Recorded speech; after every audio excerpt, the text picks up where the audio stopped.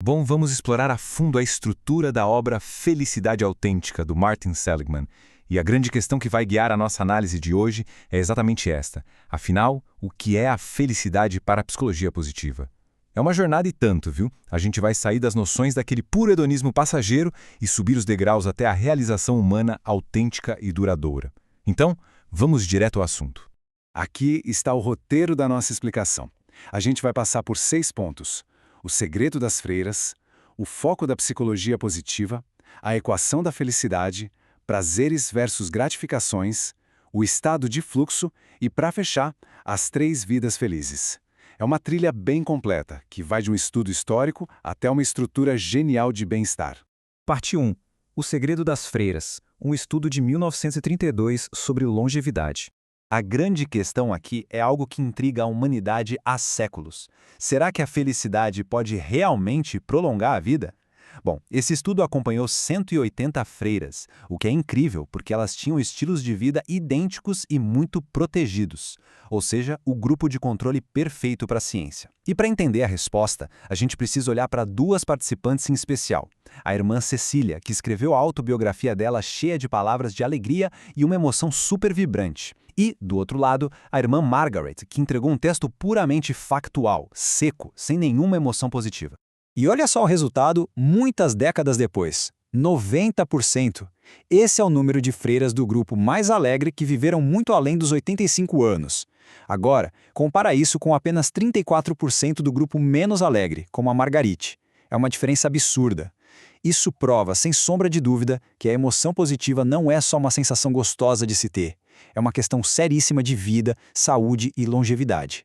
E o que é realmente fascinante nessa história toda é que os pesquisadores conseguem prever a satisfação com a vida de uma pessoa simplesmente identificando um sorriso genuíno em fotografias antigas. Existe o chamado sorriso de Duchenne, que é aquele verdadeiro que enruga os cantos dos olhos, sabe? Os músculos se movem involuntariamente, não tem como fingir. Já o sorriso Pan-American é aquele sorriso forçado, dado só por educação na hora da foto. E os estudos mostraram que exibir o sorriso genuíno nessas fotos antigas consegue prever casamentos melhores e vidas muito mais satisfatórias décadas mais tarde. É impressionante. Isso nos leva a uma grande mudança de perspectiva. Parte 2. O foco da psicologia positiva, mudando o paradigma. Historicamente, a psicologia tradicional sempre teve um foco enorme na doença mental, em consertar fraquezas e aliviar o sofrimento, o que é importante, claro, mas a mudança que a psicologia positiva propõe é focar nas emoções positivas, nos traços de caráter e na construção das virtudes humanas. Afinal de contas, a gente quer mais do que apenas consertar o que está quebrado, né? Ninguém quer acordar todos os dias só para se sentir um pouquinho menos triste. A gente quer prosperar. E como é que a gente faz isso na prática? É o nosso próximo ponto, parte 3. A equação da felicidade, a mecânica do bem-estar. A ciência chegou a formular isso. A fórmula do Seligman nos mostra que H é igual a S mais C mais V. Para a psicologia positiva, a felicidade não é um conceito vago, esotérico ou um golpe de sorte. É uma equação mensurável mesmo, onde diferentes variáveis têm pesos muito específicos na nossa vida. Vamos detalhar isso. O H é a nossa felicidade duradoura. O S é o limite estabelecido pela nossa genética. Pensa nele como um termostato interno que sempre nos puxa de volta para um padrão. O C são as circunstâncias externas, tipo dinheiro, saúde, onde a gente mora, mas aí chegamos no V, que é o controle voluntário. E o pulo do gato está exatamente aqui. Enquanto a genética e as circunstâncias externas impõem certos limites, é a parte voluntária que abriga o verdadeiro poder, o potencial real para mudar a qualidade da nossa vida emocional. E para entender como usar esse controle, vamos para o tópico 4. Prazeres versus gratificações, além do hedonismo.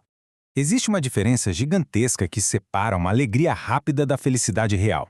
Os prazeres são puramente sensoriais. Eles passam rápido e criam habituação. É tipo comer um pedaço de chocolate. É uma delícia na hora, claro, mas não constrói absolutamente nada para o futuro. Já as gratificações exigem um esforço real da nossa parte. Elas constroem capital psicológico e geram o que chamamos de estado de fluxo. É aquilo que acontece quando a gente ajuda um amigo, ou quando mergulha em um livro incrível, ou termina uma tarefa super difícil. São as gratificações que nos preenchem de verdade. O que nos leva a explorar mais a fundo como essa mecânica funciona no cérebro.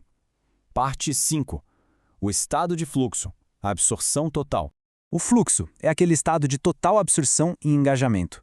É quando a autoconsciência simplesmente desaparece e parece que o tempo parou, sabe? O ponto mais fascinante aqui é que, ao contrário dos prazeres fugazes, que são cheios de sentimentos de euforia, a verdadeira gratificação no estado de fluxo é definida pela ausência total de sentimento no momento em que ela acontece. A mente está tão engajada, 100% concentrada, que não sobra espaço para mais nada. E existem algumas condições claras para a gente entrar nesse fluxo.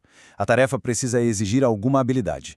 Precisa ter objetivos bem definidos, o feedback tem que ser imediato, a concentração é profunda, a gente perde a noção de si mesmo e o tempo congela. Usar as nossas maiores forças e talentos para criar essas condições no dia a dia é literalmente o antídoto mais poderoso que existe contra o vazio e a depressão na vida moderna. E para amarrar tudo isso, chegamos à parte 6, as 3 vidas felizes, a estrutura suprema de Seligman. Essa é a estrutura que sintetiza o que é a felicidade para a psicologia positiva. O primeiro degrau é a vida agradável, que foca em maximizar emoções positivas e prazeres, tipo beber um bom champanhe ou tirar férias. É ótimo, mas não basta. O degrau seguinte é a vida boa, que exige autoconhecimento para usar as nossas forças de caráter todos os dias, buscando aquele estado de fluxo que a gente acabou de ver. Mas a felicidade autêntica mesmo exige o último passo, a vida significativa, que é quando a gente pega todas essas forças pessoais e as usa para servir a um propósito maior.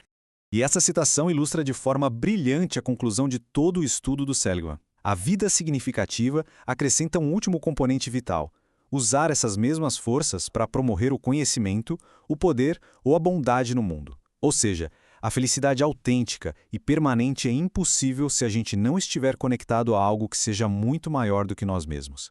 E para fechar essa nossa explicação, fica uma provocação para a gente pensar. Qual é esse algo maior que vai dar à vida o seu verdadeiro significado? O caminho para a realização autêntica está muito bem desenhado pela ciência. A gente precisa ir além dos prazeres passageiros, dominar os nossos pontos fortes, buscar o fluxo nas gratificações e, no topo de tudo isso, servir a algo maior. Que essa reflexão sirva de inspiração na busca pelo que realmente importa. Um excelente aprendizado para todos e até a próxima explicação.